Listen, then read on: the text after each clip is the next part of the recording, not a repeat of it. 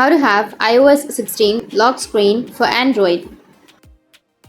So if you want to have the iOS 16 lock screen for your Android, then what you need to do is first open up your Play Store, make sure that you have a stable internet connection, and then go with the search which is on the bottom right and search for games or apps. So tap on that which is on the upper side, and here you just need to simply search for iLock lock screen iOS 16, and from here you can simply choose the lock screen iOS 16 option, and from here you can simply tap on the install, and once you tap on install, then you'll be able to have the lock screen of iOS 16 on your Android.